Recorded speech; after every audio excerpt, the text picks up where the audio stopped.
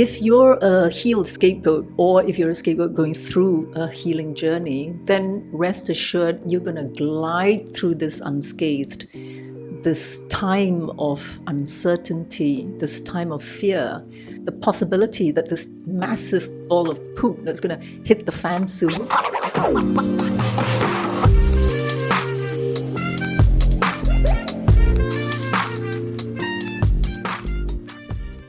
Hello, my lovelies. Have I got a juicy, delightful little tidbit for you today, and it's about our big fat narcissistic family. By that, I'm referring to ours, as in yours and mine, in this global narcissistic family. You know, in the past, we were all being controlled by covert narcissists, those wolves in sheep's clothing. Now, today, we're being controlled by overt, the ultimate overt narcissists that don't even bother to disguise themselves as sheep. Now, some years ago, I went no contact with the media, but I'm very ashamed to say that I'm going through a relapse. You see, just like any narcissistic family, these people are so skilled at hoovering you. So they hoover you with FOMO, fear of missing out. And I have been, in the last few days, I've been watching the news like there's no tomorrow, like fearing that there might literally be no tomorrow. So either they hoover you with fear, or they love bomb you with things that you love. Actually, things that they tell you that you should love. Because we love all sorts of distractions. We love distractions because then we don't have to look at ourselves. We don't have to look into ourselves. The media gives us gossip to distract us. They turn on our adrenaline tap, to emulate a roller coaster ride. I mean, who doesn't love a roller coaster ride, right? You might as well go on a real one, because at least you'll get some vitamin D. But what I find really chilling, is that it's not that we're in George Orwell's 1984. I mean, come on, that's so yesterday. What I find really chilling is what Aldous Huxley said. Anyway, let me go back to George Orwell. George Orwell said that to control people, use fear. But Aldous Huxley, the author of Brave New World, he said that to control people, give them what they love. People are so addicted to what they love. But do they really know what they love? I mean, how would they know what they love if they don't know who they are? And how would people know who they are if they're constantly being distracted, if they're constantly looking outside of themselves, trapped in this maze of distractions designed by large corporations and by the governments? It's only when we come out of this intoxication that is force-fed into us that we're able to put our energy and our focus into what we truly love. And that's when we begin to reject the poop salad that they've been feeding us for years. And that's when they lose control. I don't know about other people, but the things that I love are things that money and status can't buy. Don't listen to me. I'm going through a relapse. But I'll tell you how I fight it. Every time I get distracted by the so-called news, or, especially on videos on Hollywood stars with botched up Botox, every time I get distracted with these things, I allow myself a few minutes because, as long as you're aware, that's all you need. Self-awareness is everything. Don't be too hard on yourself or you're going to give up.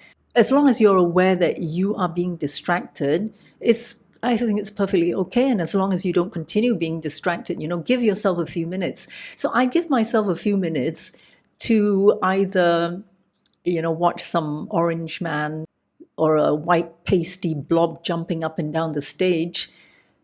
I allow myself a few minutes of that. And then I get up, I go to my dogs, I brush their fur, I clip their nails, take them for a swim. I make myself a nice meal from scratch. I clean the house. Yes, cleaning. You know what? I used to hate cleaning, like hate.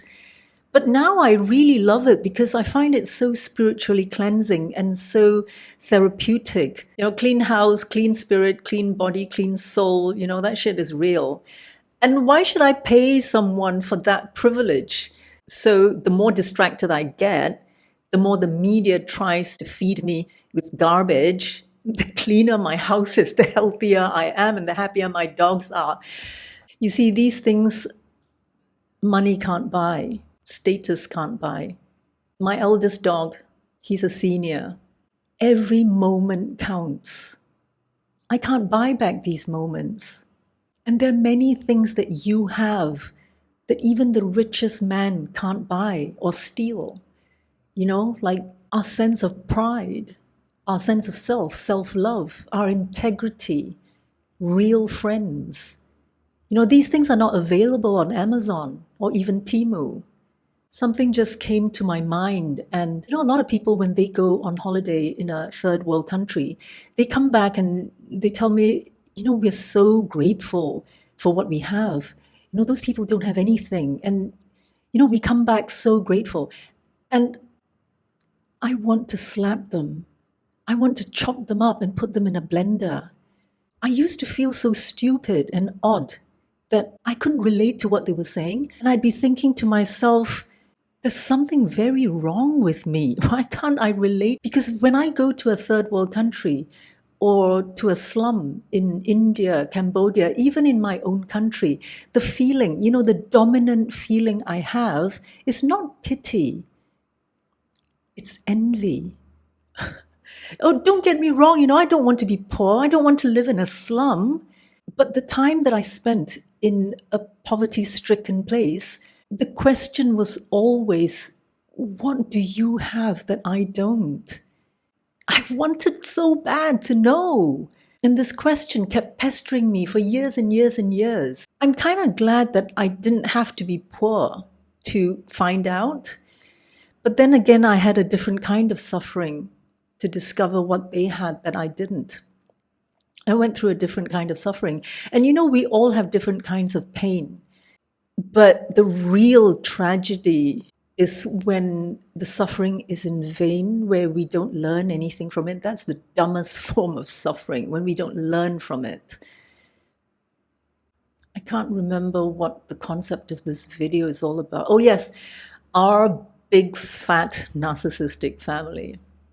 If you're a healed scapegoat, or if you're a scapegoat going through a healing journey, then, rest assured you're going to glide through this unscathed, this time of uncertainty, this time of fear, the possibility that this gigantic, massive ball of poop that's going to hit the fan soon. If you're a scapegoat on a healing journey, thanks to your background, thanks to your history, your narcissistic family, this time you're going to be okay.